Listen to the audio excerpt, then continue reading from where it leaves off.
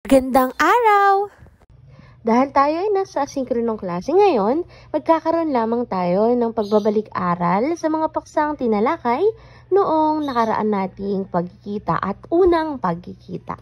Simulan natin ang araw ng isang panalangin, pumikit at magdasal ng taimtim.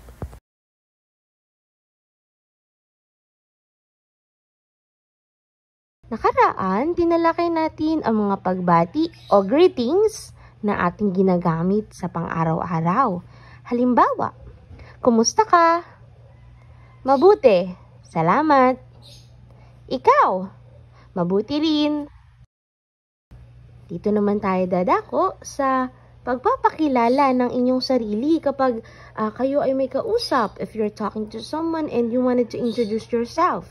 Halimbawa, anong pangalan mo? Ako si Binibining Rona. Ikaw? Ako naman si... Sabihin ang iyong pangalan.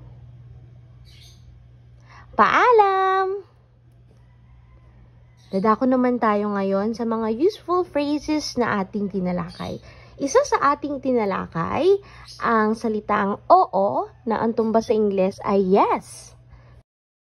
Dahil tayo ay nasa Pilipinas at ang mga Pilipino ay likas na magagalang at mabubuti ang mga puso, meron tayong ginagamit na isang salita which is it denotes the high level of respect toward to someone. Ito ay walang iba kundi ang salitang po. Halimbawa ng mga useful phrases, polite words naman ay opo, na ang tumbas pa rin naman ay yes. Susunod ay hindi po. Ang tumbas ay no. Susunod naman, salamat po. Na ang tumbas ay thank you. Narito naman ang maraming salamat po. Na ang tumbas ay thank you very much. Susunod, walang anuman po. Na ang tumbas ay you're welcome.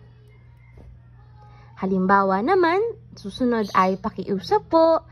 At ang salin ay please, you're asking for something and asking for a favor.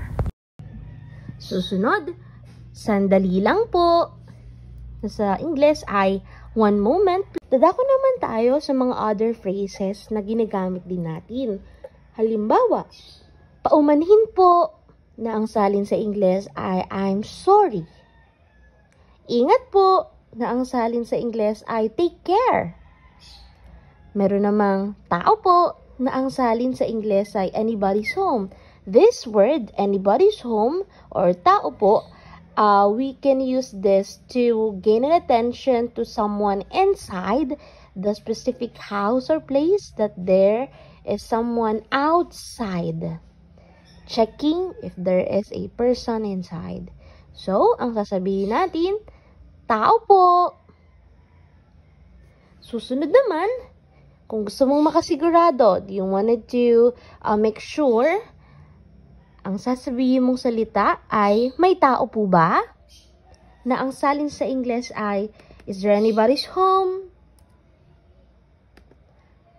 At dito na nagtatapos ang ating sesyon para sa asinkronong klase. Pero bago yun, huwag ninyong kakalimutan sagutan ang aking mga inihandang gawain. Maraming salamat po at paalam. Paalala, meron lamang po kayong 3 oras para panoorin at sagutan ang video at ang gawaing aking inihanda. Muli, ako po si Binibining Rona. Maraming salamat po mga Ginoo at paalam!